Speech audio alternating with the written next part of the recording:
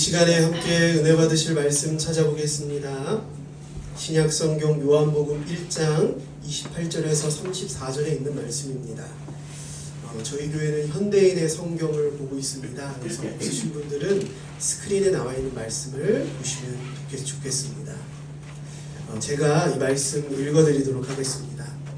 이것은 요한이 세례를 주던 요단강 건너편 베다니에서 일어난 일이다. 이튿날 요한은 예수님이 자기에게 나아오시는 것을 보고 이렇게 말하였다. 보라, 세상 죄를 짊어지신 하나님의 어린 양이시다. 내가 전에 내 뒤에 오시는 분이 계시는데 그분이 나보다 위대한 것은 나보다 먼저 계셨기 때문이다 라고 말한 분이 바로 이분이시다. 나도 이분을 몰랐으나 이분을 이스라엘 백성에게 알리려고 내가 와서 물로 세례를 준다. 그러고서 요한은 이렇게 증거하였다. 나는 성령님이 하늘에서 비둘기처럼 내려와 이분 위에 머무시는 것을 보았다. 나도 전에는 이분을 몰랐다. 그러나 물로 세례를 주라고 나를 보내신 분이 나에게 성령이 내려와 어떤 사람 위에 머무는 것을 보거든 그가 곧 성령으로 세례를 주실 분인 줄 알아라 하고 일러주셨다. 그래서 내가 그것을 보고 이분이 하나님의 아들이라고 증거하는 것이다. 아멘. 오늘 이 말씀을 가지고 복음의 역설 순종하시는 왕이라는 제목으로 여러분과 함께 은혜를 나누길 소망합니다. 앞으로 한 5주에서 6주 정도 복음의 역설이라는 주제를 가지고 여러분들과 함께 말씀을 나누려고 합니다. 무슨 이야기인지는 설교를 들으시면서 알아가시면 좋을 것 같습니다. 먼저 우리는 모두 복음이 필요하다는 사실을 우리가 기억해야 할 것입니다. 노래하는 교회 이야기를 먼저 좀 해드릴게요. 노래하는 교회는 11월 말부터 참 큰 변화를 겪었습니다. 오늘도 이렇게 새로 오신 분들이 좀 계시는데 아마도 릴스를 보고 오셨겠죠. 예. 지난 11월 중순까지만 하더라도 저희는 긴 시간 성도님 한 분과 저희 가정이 예배하고 있었습니다. 그러다가 참 하나님의 큰 은혜로 이렇게 많은 분들과 함께 예배하게 되었고요. 교회를 세우게 되었습니다. 가족과 성도 한 분이 예배하던 우리의 예배가요. 이제는 한 10명 정도로 늘어나게 됐습니다. 공동체도요. 맨날 3명이서 해서요. 3명이서 순서도 다 정해져 있고 그렇게 진행했던 그런 공동체가 이제는 테이블을 하나 더 놔야 될 정도로 늘어났습니다. 참 감사하고 놀라운 일이죠. 그래서 저는 이렇게 이야기도 했습니다. 밥을 먹지 않아도 배부르다. 근데 저희 성도님이 목사님 2그릇 먼저 드셨습니다. 이렇게 얘기를 하시더라고요. 예. 어쨌든 저는요 2그릇 먹어서 배부른 것도 있지만 밥 먹지 않아도 배부름을 느낄 정도로 참 목회자로서 참 감사함과 행복감을 느끼는 순간들이었습니다. 이제 이 놀라웠던 감격들이 조금씩 잦아들고요. 이 또한 평범한 날들이 되어가면서 이제 잊어버렸던 현실 감각이 돌아오기 시작하죠. 그러면서 무엇을 저는 보게 되느냐? 야, 이거 큰일이다 라는 생각이 듭니다. 여러분이 잘못했다는 거 아닙니다. 제가 무슨 생각이 드느냐? 이거 큰일이다. 이게 무슨 것을 의미하냐면요. 감사하게도 이게 사람이 많이 모이긴 했지만 그러나 여기 모여있는 모든 사람들 각자가 다 교회에 대한 이해, 복음에 대한 이해, 목회자와 성도가 누구인지에 대한 이해, 그리고 믿음으로 살아가는 나의 삶에 대한 이해가 다 다르다는 것을 보게 됩니다. 이게 뭘 의미하냐면요. 이곳에 이 공간 안에 사람들은 모여서 함께 예배하지만 우리가 한 교회를 이루는 데는 아직 첫걸음밖에 안 내딛었다라고 하는 것입니다. 제가 큰일 났다라고 생각한 것은 내가 여기서 만족하거나 머물러서는 안 되겠구나. 사람들이 여기에 모인 것으로 만족하면 안 되고 교회를 세우는 일에 힘써야겠구나 라는 생각이 들면서 큰일이다 라는 생각을 하게 되었다라고 하는 것입니다. 조금 더 설명을 해보자면요, 우리 모두에게는 복음이 필요합니다. 여러분이 오늘 처음 교회에 온 새 신자이든지, 아니면 여러분들이 수년 동안 신앙생활을 했던 사람이든지, 아니면 여기에서 저는 모태신앙이에요, 저는 심지어 목회자의 길을 가고 있습니다, 저는요 목회자의 길을 가려고 했어요, 저는요 교회에서 이런 사역도 했고요, 저는 여러가지 하나님의 일들을 너무나 많이 경험했던 사람입니다 라고 할지라도 여러분 모두는 오늘도 복음이 필요합니다. 여기 있는 저도요 복음이 필요하고요, 여기 여러분이 어떤 삶의 환경 속에서 왔다 하더라도 여러분은 반드시 복음이 필요합니다. 여러분 왜 여기에 사람이 모인 것으로 만족해서는 안 되냐면요, 여러분 여기에 사람이 많이 모였다고 여러분 안에 여러분 그런 것 있죠. 우리 여기 오신 분들도 이렇게 내가 어떤 분들은 정착할 교회를 찾아서 저에게 오신 분들도 계시고요, 또 어떤 분들은 궁금증이 오신 분들도 계시고, 또 어떤 분들은 상처를 가지고 오신 분들도 계십니다. 그래서 함께 모여서 예배하면요 굉장히 기뻐요. 그리고 뭔가 만족감을 누리는 것 같습니다. 근데요 여러분 잘 한번 생각해 보십시오. 사람이 많이 모여서 예배한 것만으로 우리 인생에 풀리지 않는 고민들이나 해결되지 못한 문제들이 해결되는 것은 아닙니다. 처음 그런 공동체를 만났을 때 기쁘고 설레고 감사가 넘치죠. 근데요 한 달, 두 달이 지나면요 이마저도 평범한 날들이 됩니다. 그리고 그때가 되면요 이전과 별로 다르지 않은 것들을 느끼게 됩니다. 여전히 내 인생에는 풀리지 않은 문제들과 의문들이 가득하고요, 답답함들이 여전히 있다는 것이죠. 그러면요 결국에는 예전과 똑같은 삶으로 돌아갈 수밖에 없다는 것입니다.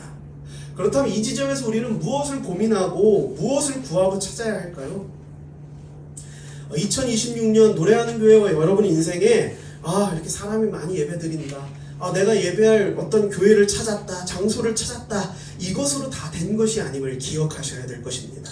우리에겐 복음이 필요하다고 하는 것이지요. 예수님은 누구이신지, 교회는 무엇인지, 그리고 목회자와 성도는 어떤 사람들이며 복음으로 살아가는 삶이란 무엇인지에 대한 정확한 이해, 그리고 고백이 우리 안에 있어야 될 것입니다. 한번 넘겨주시죠. 마태복음 16장 15절에서 18절 말씀에 이런 말씀이 있습니다. 제가 읽어드리겠습니다.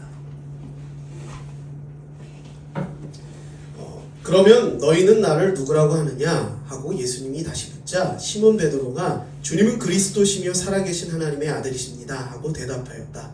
그래서 예수님이 베드로에게 말씀하셨다. 요나의 아들 시몬아, 너는 행복한 사람이다. 이것을 너에게 알리신 분은 사람이 아니라 하늘에 계시는 내 아버지이시다. 너는 베드로이다. 내가 이 반석 위에 내 교회를 세우겠다. 지옥의 권세가 이기지 못할 것이다. 아멘. 예수님께서는요 하루는 제자들에게 사람들이 나를 뭐라고 부르느냐라고 했더니 예수님, 사람들이요 예수님 보고요 세례 요한이래요, 엘리야래요, 예레미야래요, 선지자래요, 예언자래요, 이렇게 얘기합니다. 여러분 그것만 해도 엄청난 칭찬이에요. 엄청난 칭찬이고요, 사람들이 예수님을 정말 대단한 분으로 보고 계십니다, 이런 의미입니다. 근데 예수님께서요 그 말을 가만히 들으시고요, 그럼 너희들은 나를 누구라고 부르니? 라고 물어보실 때 베드로가 이 말을 한 겁니다. 주는 그리스도시며 살아계신 하나님의 아들이십니다. 이게 뭘까요? 요거를 우리는 복음이라고 부릅니다. 주님은 우리의 구원자이신 그리스도시며 하나님의 살아계신 아들이십니다. 이걸 우리는 복음이라고 하죠. 베드로는요 복음을 고백했습니다. 그리고 예수님께서요 그가 고백한 복음 위에 교회를 세우시겠다고 말씀하십니다. 오늘날 우리는 많은 사람들이 이렇게 이야기합니다. 교회 간다 또는 나 교회 다녀 라고 얘기하면 이 장소, 이 건물에 와서 예배드리는 것이 교회이고 어떤 신앙의 행위이다 이렇게 생각을 합니다. 하지만 여러분 오늘 여기 앞에 나와 있는 것처럼 교회는 건물이나 장소가 아닙니다. 교회는 예수님을 그리스도라고 고백하는 사람들이 모인 모든 곳이 바로 교회입니다. 그래서요 오늘 여기에 모여서 오늘 주일 예배 10시 반에 드려지는 이 예배만이 교회가 아니라 여러분들 우리가 그리스도라고 고백하는 삶의 모든 자리가 교회인 것입니다. 그리고 그렇게 고백하는 모든 곳이 여러분의 예배의 자리다라고 하는 것입니다. 우리가 그리스도인이라 그러고 복음을 이해하고 복음을 알았다라고 한다면 우리가 교회된 사실을 기억하고요, 우리가 살아가는 모든 삶의 자리가 예배의 자리라는 것을 기억하는 것입니다. 그래서요, 평소 같으면 운전하고 가다가 끼 끼어들면 빵! 저 XX가 막 이럴 텐데, 내가 오늘 교회이고 이것이 예배라는 것을 기억하는 순간 끼! 할렐루야. 천천히 가는 하나님의 은혜구나. 이렇게 될 수 있는 겁니다. 여러분, 이건 긍정적으로 살라는 이야기가 아닙니다. 여러분이 예배자임을 기억하라는 것이고요, 교회인 것을 기억하라고 하는 것이지요. 여러분, 그 고백 위에 예수님께서는 교회를 세우신다고 하셨습니다. 제가 대학생 시절에요, 캠퍼스를 이렇게 지나가고 있었어요. 수업이 끝났어요. 지나가고 있었습니다. 어떤 한 사람이요, 좀 붙잡더라고요. 그 사람이 대충 저에게 이렇게 소개를 하더라고요. 저는 자기는 이제 기독교 어떤 그 활동을 하는 동아리 학생인데요. 혹시 사형리에 대해서 아시나요? 그래서 저 신학생인데요. 그렇게 얘기를 했어요. 저 전도사예요. 그랬더니 이분이 되게 당황하시면서 좀 난처해하는 표정으로 저한테 솔직하게 얘기하는 거예요. 아니, 제가 이걸 빨리 끝내야 되는데 한 번만 들어주시면 안 되냐고 그렇게 얘기하더라고요. 근데 그때 겨울이었어요. 그래서 제가 하도 단처해하길래 알겠다고, 빨리 끝냅시다. 자, 하면서 이렇게 들었습니다. 근데 이분이요, 굉장히 주입식으로 잘 배웠더라고요. 토시 하나 안 빼고 그 추운 날 다 하더라고요, 저한테. 네, 다 들었습니다. 아주 건조하게 얘기 잘 해주셨고요. 저도 건조하게 다 들었습니다. 이제 가려고 하니까 이제 끝났어요. 그래서 수고하셨습니다 하고 가려고 했는데 또 못 잡아요. 저한테 그 결단하는 고백을 해야 된대요. 그래서 저보고 따라하래요. 그 내용은 그런 겁니다. 뭐 저는 죄인이고 예수님께서 나를 위해 십자가에 돌아가셨음을 믿느냐, 이런 겁니다. 그래서 믿습니다. 그래서 가면 되죠. 그때 기도까지 해야 돼요. 그래서 기도까지 이거 따라하면서 예수님을 구주로 고백합니까? 네, 고백합니다. 그랬더니 아멘. 그러면서 이제 가게 됐습니다. 돌아가게 됐습니다. 여러분, 이것도 복음을 고백한 거죠. 하지만 여러분, 입으로만 고백한다고 복음을 고백하는 것은 아닙니다. 여러분, 복음이라는 것이 무엇입니까? 예수가 우리 그리스도이십니다. 나의 구원자이시고 나의 왕이시고 나의 메시아가 되십니다라는 뜻이에요. 그것이 무슨 말입니까? 예수님께서 내 삶의 모든 문제에서 건져내실 수 있는 분이시다라는 고백입니다. 근데요, 그 길에서 추운 데서 저 신학생인데 이거 한 번만 읽어주시면 안 됩니까? 그래서 고백한 고백은 복음을 고백했다기보다는 어떤 한 모습을 소개했다라고 볼 수 있는 것이죠. 어떻게 이런 예를 했는데 또 여기 이렇게 제가 저기 활동들을 다 이렇게 폄하하는 건 아니지만 그런 예화가 있었다는 것입니다. 죄송합니다. 네. 또한 우리가 이렇게 예수를 그리스도라 고백한다고 하는 것은요, 그분이 나의 왕이 되신다는 것을 고백하는 것입니다. 그냥 표면적으로만 그냥 입으로 던졌다고 끝나는 것이 아니라 그분이 나의 삶의 모든 주권을 가지고 계신다라는 고백이 된다는 것이지요. 여러분, 이 복음의 고백들이 여러분 안에 있길 소망합니다. 아멘. 그리고 그 고백이 있을 때 예수님께서는 그 위에 교회를 세워주실 것입니다. 아멘. 근데 오늘날 우리를 한번 바라봅시다. 우리 각자 나름대로의 선이 있고요, 기준이 있죠. 우리 살아가면서 특별히 이렇게 성인이 되신 우리에게는, 여러분들에게는 각자 다 어떤 세상의 어떤 존재들이나 어떤 상황들이나 문제들을 판단하는 나름대로의 기준들을 설정해 놨을 것입니다. 신앙에도요, 어쩌면 이런 영역들을 여러분들 개인적으로 설정하셨을 것입니다. 근데 이것이요, 성경의 기준대에서 설정하는 것이 아니라 지극히 개인적인 기준에서 이것을 설정할 때 문제가 생긴다는 것입니다. 나의 입맛대로 믿음과 불신의 영역을 설정한다는 것이죠. 그래서요, 막 우리 기독교계 안에서도 많은 그 분란이 있는 그 문제가 뭡니까? 교회 다니면 술 마셔도 돼요? 안 돼요? 뭐 이런 겁니다. 여러분, 저는 여러분들을 정죄하고 싶은 마음은 없습니다. 하지만 뭐 이런 얘기를 하죠. 어떤 사람이 이렇게 얘기합니다. 저는요, 술을 마셔도 괜찮다고 생각합니다. 뭐 술을 마셔도요, 뭐 취하지만 말라고 했지 않습니까? 뭐 그런 주장들을 피는 분들이 계십니다. 어떻게 보면 어떤 입장에서 본다면 그 기준을 내 입맛대로 좀 설정하고 있지는 않습니까? 내 기준에서 설정하고 있지는 않나요? 성경의 해석도 마찬가지입니다. 저는 성경에서 이걸 가져왔어요 라고 하지만 성경을 해석하는 관점이 내 기준에서 설정한다는 거죠. 그래서 이건 믿음이야, 이건 불신앙이야 라고 자신 스스로가 판단하고 설정한다는 것입니다. 그래서 같은 교회를 다니고 있지만 어떤 사람은요 예수님께서 그 사람의 구원자가 되십니다. 근데 어떤 사람은요 교회를 다니는데요 예수님이 그의 인생에 아주 작은 문제 하나도요 그 작은 문제에서도요 그를 건져내지 못하는 분이 있습니다. 또 어떤 사람은 교회를 다니면서 예수님께서 나의 삶에 주권을 가지고 계시는 왕이라고 고백되는 한편 어떤 사람은 예수님께서 그의 인생에 단 한순간도 주장할 수 없는 사람이 있다라고 하는 것입니다. 그래서요 여러분 저는 여러분들과 올해를 시작하며 복음에 대한 메시지를 좀 나누기를 소망합니다. 복음은 도대체 무엇인가? 5에서 6주 정도 이 이야기를 함께 나누기를 소망합니다. 그리고요 여러분 안에 복음을 알아가시는 기쁨이 있길 소망하고요 혹시나 복음에 대한 오해와 편견들이 있었다면 그것이 제거될 수 있는 시간이 되길 소망합니다. 그리고 여러분들의 그 복음을 고백한 그 고백 위에 예수 그리스도께서 세우시는 교회가 세워지기를 주님의 이름으로 축복합니다. 한번 넘겨주시죠. 한 달 동안 저희가 큰 주제로 놓고 볼 것은요 복음의 역설입니다. 복음은요 참 우리가 알고 있는 것을 뒤집는 그런 성격이 있습니다. 성경을 읽다 보면 종종 이런 생각을 하죠. 내 삶과는 너무나 다른 이야기다. 이런 얘기를 하는 분들도 계십니다. 목사님은 사회생활 안 해봐가지고 저희가 사회생활하면서 겪는 문제가 어떤지 몰라서 그런 말씀을 하시는 겁니다. 뭐 이런 이야기들을 합니다. 뭐 저는 그럼 뭐 어디 무인도에서 살다 왔나요? 저도 사람들하고 하는 일들도 하고요, 뭐 군대도 갔다 오고요, 뭐 이런 일 저런 일도 다 해봤습니다. 성경을 읽다 보면 이런 어떤 특이점들을 우리가 마주한다라는 것이죠. 현실에서는 도통 찾아볼 수 없는 이야기들이요 성경에는 대부분을 차지하고 있습니다. 우리는 과학의 시대를 살아가죠. 성경은 뭘 얘기합니까? 창조를 이야기합니다. 성경은 뭘 얘기합니까? 막 바다가 갈라지는 이야기가 나와요. 우리는요 병원을 그렇게 다녀도 이 병을 못 고치는데 예수님께서 기도 한번 하셨는데 병이 막 고쳐집니다. 심지어는 죽은 사람까지 살리기도 하는 일이 성경의 이야기로 나오죠. 그래서요 어떨 때는 이 이야기가 우리에게 마치 판타지처럼 들릴 때가 있다라고 하는 것입니다.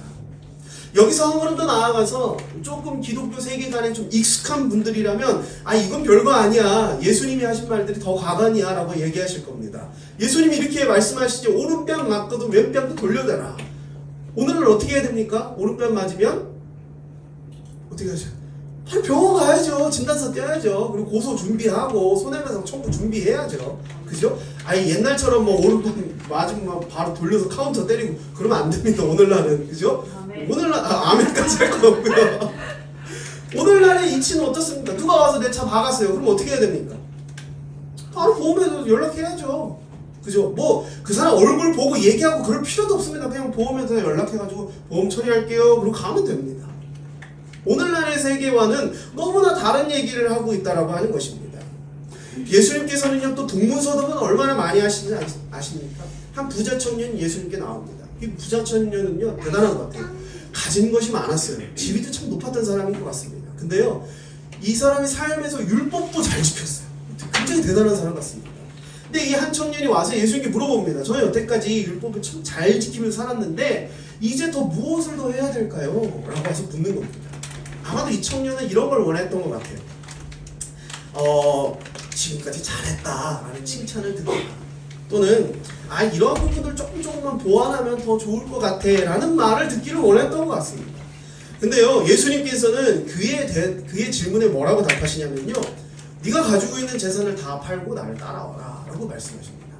여기서 더 뭘 어떻게 해야 되냐고요 묻는데, 네가 가지고 있는 거 다 팔고 날 따라와라 이렇게 말씀하세요. 오늘날 우리가 이 복음의 메시지를 들을 때 뭔가 좀 나의 삶과 동떨어져 있고 동문서답 같고 판타지같이 들리는 것이 사실이다 라고 하는 것입니다.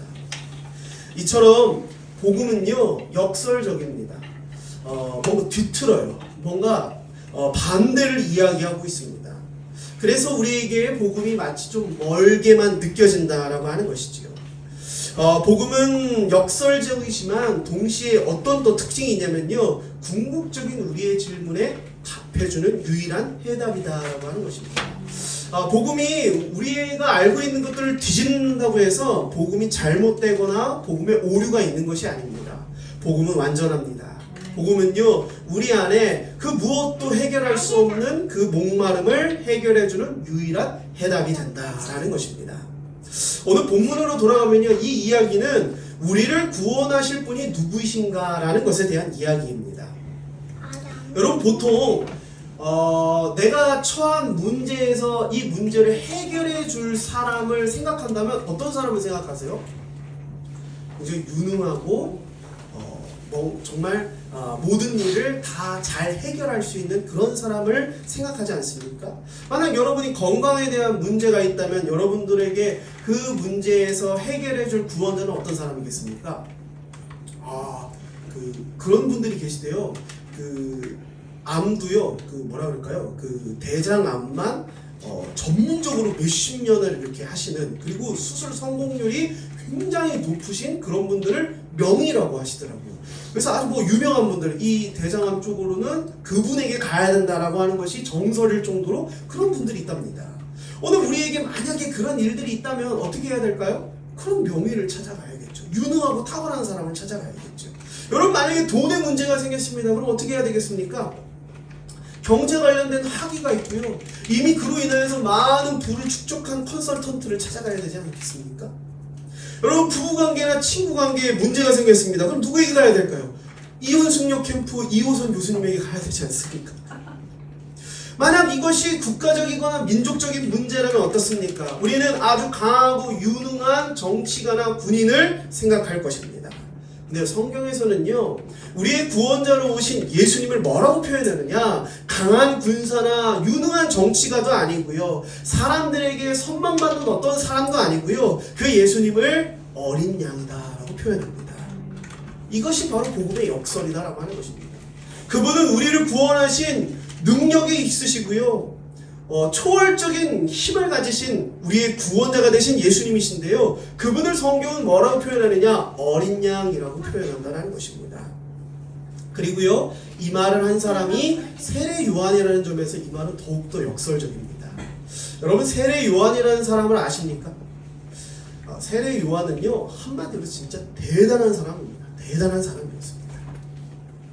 당시 사람들이 뭐라고 얘기했냐면요, 세례 요한이야말로 우리가 기다리던 구원자인 그리스도이지 않을까라고 생각할 정도로 당시에 엄청난 사람이 바로 세례 요한이었습니다. 그는 태어날 때부터 남달랐어요. 그의 어머니 아버지는요, 굉장히 노인이었습니다. 근데 하나님의 은혜로 임신하게 되었고요, 그리고 그 세례 요한이 태어나게 됐습니다. 태어날 때부터 남다르죠. 그리고요, 그의 성장 과정, 그리고 사역의 환경도 남달랐습니다. 그는 제사장 가문에서 태어난 제사장이에요. 근데요, 성전 중심의 제사 활동을 하지 않고요, 광야로 나아갔습니다. 우리 잘 알죠? 메뚜기와 석청을 먹고, 그죠? 가죽 옷을 입고 허리띠를 메고 다녔던 그 사람이 제사장 출신이었던 세례 요한이었다라고 하는 것입니다.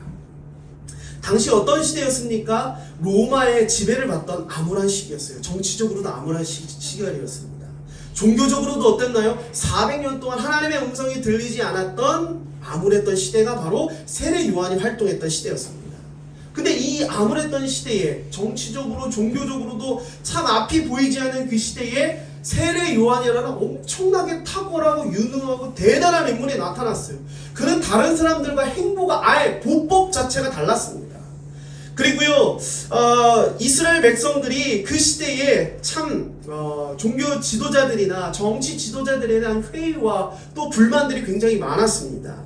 이것을 완전히 시원하게 해결해 줄 수 있는 사람이 바로 세례 요한이었죠. 세례 요한은 뜬구름 잡는 얘기하지 않았습니다. 직접 그 개인에게 회개를 외쳤고요, 그 개인에게 도전을 던져주는 메시지들을 막 던졌다는 것입니다. 사람들이요, 세례 요한의 얘기만 들으면 막 혼이 나가는 거예요. 센세이셔널한 얘기에 정말 생각이 막 바뀌기 시작하는 것입니다. 그리고요, 그 앞에 나와서 회개하고요, 세례를 받기 시작했습니다. 이 세례 요한의 대단한 명성이 어디까지 갔느냐? 당시 이스라엘이란 그 나라의 최고의 의결 기관인 사내들인 공의회라는 것이 있었습니다. 지금 우리 한국 대한민국에서는요, 최고의 의회 기관은 대법원이죠, 그죠? 거기서 모든 법적인 처리들을 합니다. 당시에 이스라엘은요 이것이 종교와 합쳐졌어요. 그래서 사내들인 공의회에 있는 사람들이 종교적 그리고 사회적 법률적 재판들을 진행했습니다. 이 사내들인 공의회가 판단하기에 이 세례 요한이라는 사람이 정말 대단한 거예요. 이 보통이 아닌 거예요. 그래서 이 사내들인 공의회가 공식적으로 세례 요한을 만납니다. 그래서 뭐라고 묻냐면요, 당신이 정말 그리스도입니까? 라는 것을 공식적으로 묻기까지 합니다. 이제 이 정도까지 얘기했다면 당시의 세례 요한이 얼마나 대단한 사람이었고, 우리가 그 당시에 살았다면 저 사람은 진짜 우리가 기다리던 그리스도 아닐까? 라고 생각할 정도로 정말 유능하고 탁월한 사람이었다라는 것입니다. 근데요, 이 공식적인 질문에 이 세례 요한이 뭐라고 얘기하냐면요, 나는 그리스도가 절대 아닙니다. 난 절대 아닙니다. 나는요 물로 세례를 주지만요 내 뒤에 오시는 진짜 그리스도께서는 불과 성령으로 세례를 주시는 분입니다. 난 그분의 신발끈조차 풀어드릴 수 없는 존재입니다 라고 딱 잘라서 얘기합니다. 여러분, 여기에서 우리는 이 복음의 역설을 볼 수 있죠. 누가 봐도 세례 요한은 그 시대의 탁월한 선지자였습니다. 누가 봐도요 그리스도라는 타이틀에 어울릴 만한 사람이 세례 요한이었어요. 세례 요한은 사람들이 보기에도요 겉모습부터가 센세이션했습니다. 가죽옷을 입었어요. 정말 자기가 말한 그대로 실천하는 사람이었습니다. 우리 사모님이 좋아하는 그런 사람이었어요. 말과 행동이 일치하는 사람이었어요. 말만 한 게 아니라, 회개하라 자기 말만 한 게 아니라 진짜 자기의 삶 또한 그렇게 살았습니다. 사람들은요 그 모습에 정말 공감했고요, 위로를 얻었고요, 격려를 얻었습니다.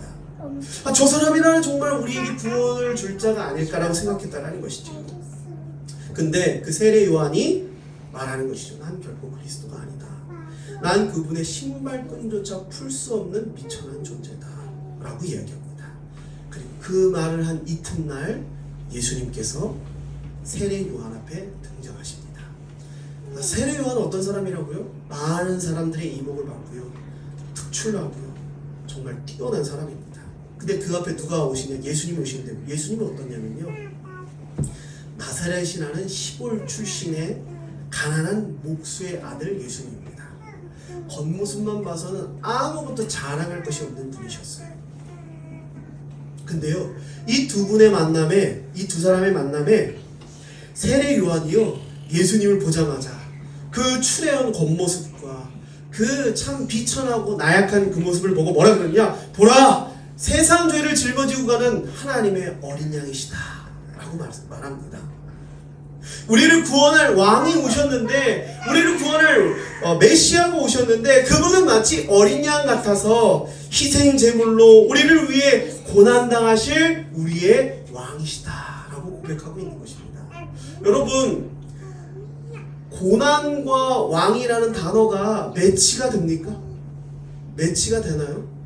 여러분, 고난과 왕은 매치가 안 되는 단어입니다. 여러분, 희생과 왕이 매치가 되는 단어일까요? 아니요, 전혀 정반대의 이야기입니다. 여러분, 왕이 순종할 일이 있을까요? 명령할 일이 있을까요? 명령할 일이 있겠죠. 순종하시는 왕은 말이 안 되는 말입니다. 어폐가 있는 말이라고 하는 것이죠. 근데요, 복음은 지금 무엇을 얘기하고 있느냐? 말이 안 되는 순종하시는 왕, 예수 그리스도를 가리켜 순종하시는 왕이시다, 희생당하시는 왕이시다, 그리고 어린 양 같은 우리의 구원자이시다 라고 말하고 있는 것입니다. 참 신기한 걸 발견했어요. 물론 다 그런 건 아니지만 신기한 걸 발견했습니다. 저희 교회에는 저보다 나이 많은 사람들이 잘 안 오세요. 그죠? 가끔 제가 이렇게 교회에 있으면요, 이렇게 문을 열고 이렇게 들어오신 분이 계십니다.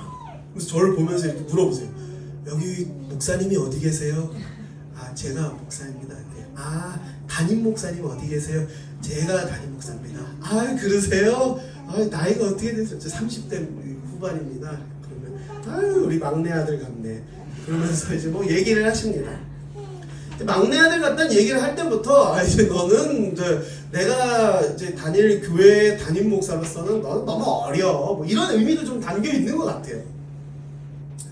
그분들의 생각에는 어쩌면 이런 마음들이 있을 수도 있겠죠. 목사님이라면 좀 나보다 좀 많은 걸 경험하고 알고 또 좀 나보다 좀 바탕도 좀 더 나은 사람이 좀 목사님이 되어야 되지 않을까? 라는 생각이 아무래도 있지 않을까요? 그래서 오늘 우리 교회에 저보다 나이 많은 분들이 없지 않을까. 한번 저도 혼자 이렇게 생각해 봤습니다. 여러분, 목사가 꼭 다 경험하고 다 알아야 될까요? 물론 그러면 좋겠죠. 물론 그러면 좋을 것 같습니다. 저도 부단히 그렇게 노력을 하고 있고요. 하지만 목사가 되는 데 있어서 가장 중요한 것은 그건 아니라고 생각합니다. 두 번째 정도는 되겠죠. 목사에게 있어서 가장 중요한 것은 더 많이 알고 더 많이 경험하고 모든 것에 바탕이 되는 것보다는 교회와 성도를 얼마나 사랑하느냐, 그리고 하나님을 얼마나 사랑하느냐, 그것이 목회자에게 가장 중요할 것입니다. 자, 이게 무슨 얘기입니까? 한번 넘겨주시죠. 우리는요, 어쩌면 나를 구원할 구원자가 나보다 압도적인 능력을 가지고 있어야 되고요, 초월적인 존재여야만 한다고 생각하고 있는지도 모르겠습니다. 그러나 실제 성경을 통해서, 복음을 통해서 우리를 구원하기 위해 오신 예수님께서는 역설적이게도 나보다 더 약한 어린 양과 같이 오셨습니다. 예수님께서는요, 세례 요한에게 세례를 받으셨고요, 광야에서 40일 동안 시험을 당하셨습니다. 그리고요, 십자가 앞에서도 두려움에 떨고 계셨습니다. 하지만 아버지의 뜻대로 하기를 원합니다라고 고백하시는 것처럼 순종하시는 왕이셨다라고 하는 것입니다. 예수님의 공생의 기간 동안 늘 꼬리표처럼 붙었던 의무는 그가 나사렛이라는 시골 출신이고 그가 가난한 목수의 아들이었다라고 하는 것입니다. 사람들은요, 이 출신 굉장히 중요하게 생각합니다. 그리고 그의 겉모습, 그가 가지고 있는 능력을 굉장히 중요하게 여긴다라고 하는 것이지요. 그래서요, 출신이 대단하고요, 가지고 있는 능력이 뛰어나고요, 그러면 우리를 충분히 구원할 수 있을 것이라 생각합니다. 그래서요, 세례 요한을 따랐던 사람들이 그랬던 것이죠. 그의 말, 그의 행동, 그의 겉모습, 그리고 출신과 배경, 이것에 집중하고 그가 우리를 구원하지 않을까라고 생각했다라는 것입니다. 하지만 가난한 시골 출신의 목수 아들인 예수님께서는 진짜 우리에게 어린 양이 되어주셔서 우리를 구원하시는 구원자가 되셨다라는 것이지요. 세례 요한은 그의 진짜 모습을 보았습니다. 그분 위에 성령이 비둘기처럼 내려오시는 걸 보았고요, 아, 이분이 하나님께서 말씀하신 그리스도이시구나 라는 것을 깨닫게 되었습니다. 참 역설적이게도요, 그렇게 뛰어나고 탁월했던 세례 요한은요, 자신의 맡겨진 사명을 다하고 헤롯 왕에게 살해당합니다. 그리고요, 참 역설적이게도요, 시골 가난한 목수 출신의 예수 그리스도는요, 이 세상 모든 죄를 짊어지고 어린 양이 되어서 십자가에 달려 죽으시고요, 3일 만에 부활하셨습니다. 그리고 우리 모두를 구원하셨습니다. 할렐루야. 이것이 바로 복음의 역설인 것입니다. 적용에 대해서 한번 말씀드리고 말씀을 마무리하겠습니다. 복음은요, 잘못된 것이 아닙니다. 판타지가 아닙니다. 복음은 여러분의 삶과 동떨어진 이야기를 하는 것이 아니라요, 역설적인 것입니다. 세속화되어 있고요, 물질 만능주의 이 세상에 돌아가는 원리의 반기를 들고 있습니다. 복음은 오늘날 우리를, 여러분들을 구원해 줄 것이라 여기는 돈, 명예, 권력, 이것이 아니라 미련하다고 여겨지는 예수 그리스도의 은혜와 사랑이 결국 우리를 구원할 것이라고 말씀하고 있다는 것이지요. 여러분, 오늘날 여러분을 웃고 울게 하는 일들이 있습니까? 여러분은 지난 한 해 또는 올 한 해 무엇 때문에 울고 웃었나요? 혹시 여러분이 울고 웃었던 이유가 내 손에 쥐어지거나 놓치거나 얻었거나 잃어버리거나 나아졌거나 상처났던 일들 때문입니까? 여러분, 복음은요, 우리에게 이렇게 얘기합니다. 우리가 성공하든 실패하든 이 모든 일로 인해서 성공과 실패로 나눠지는 것이 아님을 말하고 있습니다. 여러분이 만약 실패하셨습니까? 그렇다면요, 그것은 하나님의 부재를 의미하지 않습니다. 그것이 무엇을 의미하느냐? 실패의 그 자리에서 하나님의 구원이 시작되고 있음을 말한다라고 하는 것입니다. 또한 여러분, 복음은요, 우리의 약함이 더 이상 숨겨져야 될 것이 아님을, 그것이 반대로 하나님께서 일하시는 통로가 됨을 우리에게 말하고 있습니다. 예수님에게는 사람들이 보기에는 심각한 약점들이 있었죠. 그의 출신, 배경, 그가 가지고 있는 것, 여러 가지들이 약점으로 드러났습니다. 하지만 그 약점이 결코 예수님의 사역을 멈출 수는 없었습니다. 오히려 그것이 통로가 되었고요, 하나님의 영광을 드러냈다라고 하는 것이죠. 오늘날 여러분들도 약함들이 있을 줄 압니다. 여러분 그 약함을 우리는 숨기기 바쁘죠. 세상에 나가서 내 약함을 드러내면 오히려 내가 더 상처받고 또 무시받고 그렇지 않습니까? 그래서 우리는요 내 약점을 숨기는데 급급하고 있진 않는가.